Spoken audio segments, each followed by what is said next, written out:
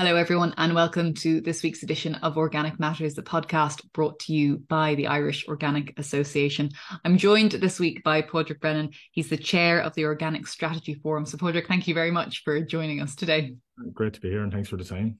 There's lots of things to talk about, but I guess the first one I wanted to talk about was the new organic hub that's been set up by the Department of Agriculture. Can you tell us just what is it? Yeah, the Organic Trading Hub, as you say, was launched a couple of weeks ago at the National Ploughing Championships by Minister Hackett. And really, I suppose in many ways, what it's trying to do is provide a kind of a centralized platform that where farmers can connect with each other, and it's supposed to facilitate the buying and selling of organic livestock and other feedstuffs. And really, it came from a lot of discussions we would have had in the strategy forum, say, when we started meetings from kind of last summer onwards or whatever, that there was a real need to try and coordinate things more from a supply point of view. So the hub tries to do that in an online manner. And I suppose when you think about it from a challenge point of view facing the sector, that coordination piece is probably one of the biggest challenges that we are facing. Like when you look at organic lambs or organic cattle, we're probably leaking anywhere between 70% of our lambs and 30% of our cattle on an annual basis. So we're not maximizing the value of organic output, if you like, that's on existing certified farms. So really, the Organic Trading Hub is one attempt to try and deal with that. And I suppose it came through a subgroup in the Organic Strategy Forum, working with the organic unit, saying, can we have an online resource to try and help farms connect with each other in a very user-friendly, easier manner? So that's what we're trying to do with the hub, really, Hannah. I guess because I'm thinking I'm in a WhatsApp group, lots of us are, but I'm in one with organic dairy Yeah, farmers, and messages will pop into the group. Oh, yeah, it's people saying, oh, so and so in this part of the country is looking for a couple of calves to suck on some cows. Does yeah. anyone have dairy calves? But it Yeah. might be in the wrong part of the world. It might be Donegal and Cork that we're talking about. So is this to kind of to match make people up just on It your is, yeah, basic level? exactly. And really, when you think about, I think there's lots of WhatsApp groups and things like that out there which are really good, but they're probably on a localized basis that they're at their best, shall we say. What we're trying to do with the Organic Trading Hub is, like you say, if I'm in here in Kilkenny, we'll say, so if I want to buy some organic cattle or whatever, if I can see an ad on the Organic Trading Hub with somebody in my catchment area, shall we say, it's much easier than considering somewhere in the west of Ireland or wherever it might be. It's just not going to happen if they're that far away. So it's just to allow farmers, I suppose, that have animals to sell or feed stuff to sell, to say, right, let's put this ad up here, put up whatever text about whatever images or videos that I need to put up, and then a buyer can go in and say, well, what's available, and is that available in my county or my region or somewhere within my kind of area that I'm happy to kind of cover or whatever. So it's just trying to broaden out, I suppose, what you do on a localized basis, maybe in a WhatsApp group, to do it in a very transparent, easy to see manner. And I suppose the other side of it is for farmers to put up the ads, make it as easy as possible, right? The Is it organic going to trading. be a bit of a done deal for organic farmers? Is that kind Yeah, of I think you could probably describe it like that, Hannah, in some ways. And I suppose the principle of it is to keep it as simple as possible, right? You have to register day one if you want to place ads on the hub, if you like. But the registration takes less than a minute. It's literally your name, your email address, your phone number, your herd number, and your organic license. That's pretty much all you need. yeah. Once you're registered, then you can work away and start placing the ad. And in terms of placing the ad, it's not dissimilar to Done Deal in terms of how you place the ad. It allows you then obviously to put up your images and what have you. So the ad is put up fairly straightforward. It's live for 60 days. Obviously, if you sell your products or whatever in the meantime you want to remove it, you can take it off, but it's there for 60 days. It's free. There's no Yeah. cost I, I was going register. to ask, so it is completely free. Absolutely free. It's only your time to put up the ad, essentially, or to browse through the ads that are there. So free ad for 60 days. And again, you'll know which county the products are in. You'll have the contact details. And it's just that connection piece. Because I think if you look at anything, and a lot of the discussions we've had at the Organic Strategy Forum at times is organic farmers can maybe feel a little bit isolated, and Yeah. isolated in a number of different ways. But one of them is, well, where do I find something? Where do I, if I'm looking for organic feed, where can I actually find some organic feed? Is there somebody that has weanings or store cattle or store lambs, or whatever else it is? And by having the trading hub in place, hopefully it'll be one of the things that can help address some of those concerns or challenges that are there. And that's really what it's trying to do. Even putting in your license number is useful because that's of course a requirement. Say when I have my annual organic inspection, if I've bought feed from someone, I need to show a docket with Yeah. how much feed I got, but also with the license number that's there, the organic license number. So it's great to have just that idea of having it there is very good as well. In the background, really, it's obviously trying to make sure then that, whatever is being put up for sale. There's obviously a case of buyer beware to make sure that everything as it should be, but the system itself is making sure you can register unless you have that organic license number. So, you know, you are an organic producer if you're able to register on this system. So that minimizes the risk of, if you know, kind of misleading ads or whatever being placed up there. So it's trying to keep a kind of a little bit of a control on that side of it, and again give reassurance, I suppose, that the ads that are there now, it doesn't matter whether you're in conversion or fully certified. If you're in conversion, you can certainly place ads on, but obviously you need to say you're in conversion. You know what I mean? So again, for anybody on the system that are looking to buy, just make sure, like anything, pick up the phone and ask the question. You need to ask. The hub won't be able to do everything for you, but hopefully it'll point you in the right direction to where you know there is whatever it is that you're looking for sale. And that's really all it's trying to do. For people who aren't familiar with the Organic Strategy Forum, who is on it and what does it do? Good question, Hannah. It's a wide set of stakeholders on the Organic Strategy Forum.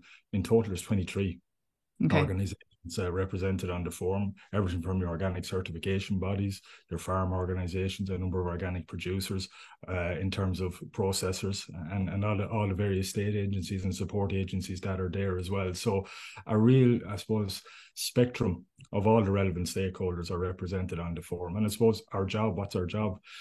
Well, I would have said out day one, I think we have 3 things that we need to do in the Organic Strategy Forum. Number one, it's our job to try and shape the future direction of the organic sector, to provide our input, our expertise or whatever, to try and say, well, what is the potential here for the sector and what needs to happen to deliver on that potential? It's also our job, I think, to identify the challenges or the barriers that are there, what's preventing the sector from growing, and how do we address those? And it's, I suppose, whether it's for Minister Hackett or the Department of Agriculture more generally, give that feedback, give that advice, if you like, back into the broader system, to say whenever schemes are being developed or extended or whatever, that it takes into account issues that can be maybe cause restrictions at times, shall we say, for farmers to take part in it. So that's our job. And I suppose in the background all the time, there is the target that's in the Climate Action Plan of 10% of agricultural land being farmed organically by 2030. That's in the background in terms of what we're trying to get to over a period of time.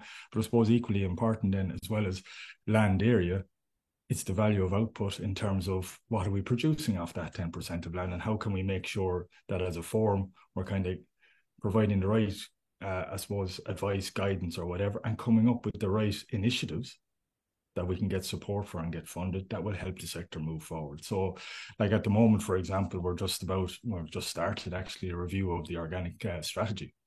So the idea is that by the first quarter of next year, we'll have a new strategy in place to try and take us to that 2030 timeline, and say that will set out what are the priority areas that we have to make progress in if we're going to hit those targets, and what are the things that need to happen by whom over that period to get there. So it's kind of, I suppose, guidance in some ways, but a lot of the discussions we have at the strategy forum are, they're very open. They're kind of saying, right, what are the real issues here that we need to get at, and how do we try and deal with them? Now, like anything, it takes time to deal with them, but at least if we know what they are and we get agreement on that, I think that's step one, and I think we're well on the way there. It's such a broad sector, it's very easy to get distracted. So what we try and do is we try and prioritize within the forum to say, well, what are the 4 or 5 core areas that we really want to focus on? And the new strategy will try and do that as clearly as we can, and try and focus on those and say, well, step by step, what are the things that we need to do? And then hold each other accountable and say, well, are we getting there or not? So I started chairing it early summer 2022. So we're just over a year in now. We are making good progress, I think, but there's an awful lot still to be done. And what's the timeline? How long do you think the strategy forum is going to be there? Is it going to be there until 2030 essentially, or how's it going to work out? Well, my view on this, and I said it to Minister Hackett before I got involved at all, was I think it should go as long as it's doing its job properly in terms of is it useful or not? And I think at the moment it is, because there's so much for us to get our head around and focus on. But as I said, back to holding ourselves accountable at the end of every year, we provide a progress report and say, well, what have we achieved in the last year and what are we aiming to achieve in the following year? And we need to hold ourselves, well, are we making a difference or not as a forum? As I say, I think at the moment we are, absolutely. But its lifespan, if you like, should be dictated by, is it playing a proper role or not? There's no point in having meetings for the sake of meetings. Nobody wants that. So that's what we have to hold ourselves against, if you know that. I think talking to other farmers on the ground, I mean, you've hit the nail on the head in terms of, you know, this the organic hub, in terms of farmers being able to connect with each other. That was definitely always an issue. Like you said, there's an isolation factor there. There's an issue as well, especially this time of year, people thinking about housing cattle or sheep. In terms of feed, you probably hear this time and time again. Right. Access to organic feed, it's incredibly expensive. Whether you're buying native Irish, that can be hard to get your hands on, or if you're going to feed companies, they're importing a lot of it, and that usually adds to the price as well. So kind of, how do you address problems like that?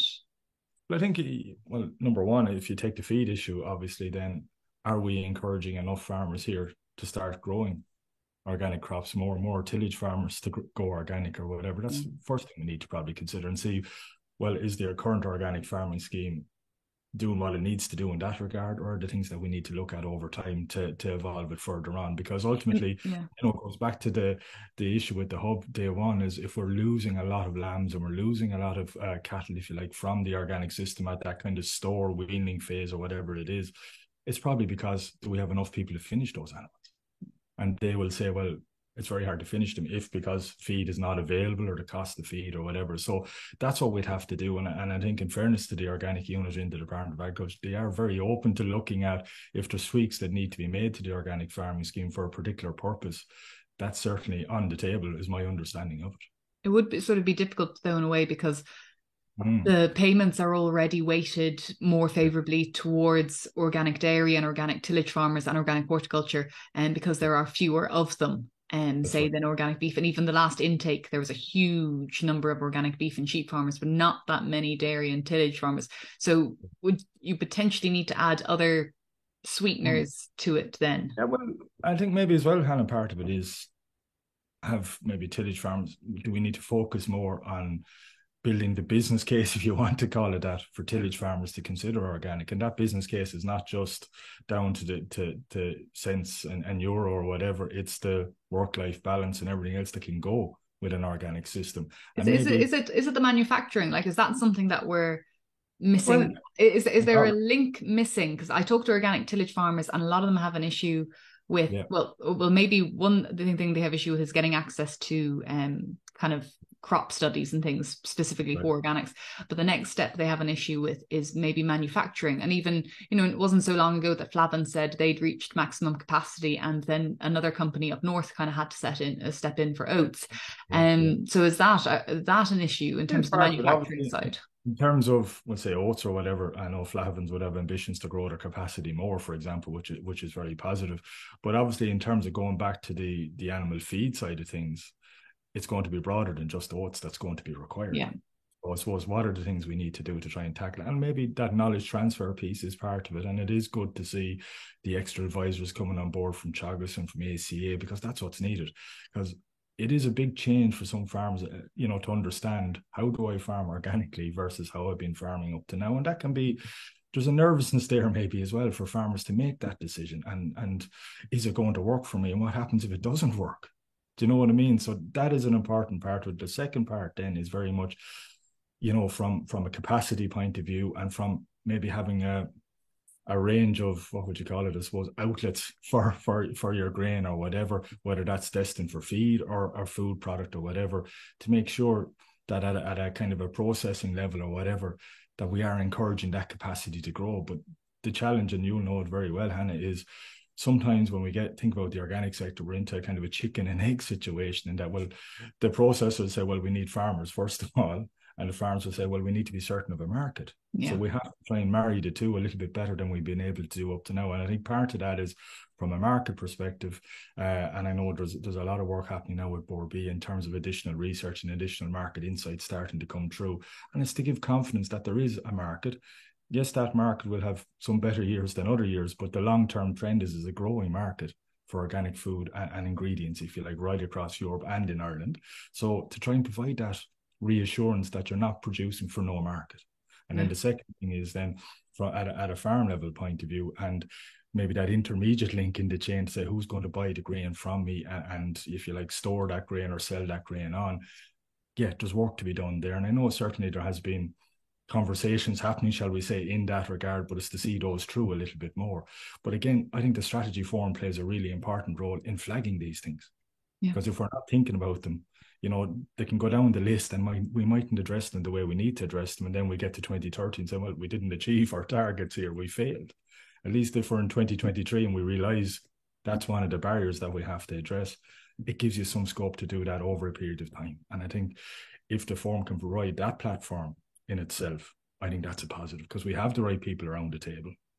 So it's just to say, right, that's a priority. What do we need to do about it? I think that's where the strategy is going to be really important. As the one word, we had a meeting a couple of weeks ago, and the one word for me about the new strategy is, how do we better coordinate across the chain? Yeah. If we get that right, then we're really moving in the right direction. Up to now, it has been, and I think anyone would admit, a little bit disjointed. Yeah. And do you have any final words for farmers? Because obviously a lot of them will feel heartened to hear that you are looking at these gaps and trying to untangle the chicken and egg situations. But would you have any final words for farmers who are listening? Well, I think if for any farmer that's currently conventional, shall we say, I'd say the first thing to them is take the time to properly look at an organic system and see, does it suit your farm or not? Look at it as an option, because I think it's more important than ever that farmers look at every option available to them. And for some farmers, it may not suit for different reasons, and that's fine. But take the time to explore it properly and to dig into it properly. And I suppose for anybody that has maybe joined the organic farming scheme over the last year or so, make the use of the advisory support that's now there through Teagasc and ACA, and be active in terms of farm walks and demonstration and knowledge transfer events, because you're not on your own. Yeah. Definitely not on your own. There's power in working together in terms of learning from each other. Tap into that, because you're not going to solve all the challenges that you have in your farm on your own. So tap into what's there. That would be my advice to anybody that's in conversion in particular, and for anybody considering it, just give it a proper examination. If it's for you, brilliant. If it's not, at least you say you've looked and tried. Exactly. Padraig, thank you very much for that. And for everyone else, you've been listening to Organic Matters, the podcast brought to you by the Irish Organic Association. And for more on organics, you can go to their website, www.irishorganicassociation.ie. But for me, Hannah Quinn Mulligan, thank you very much for tuning in, and we'll be back next week.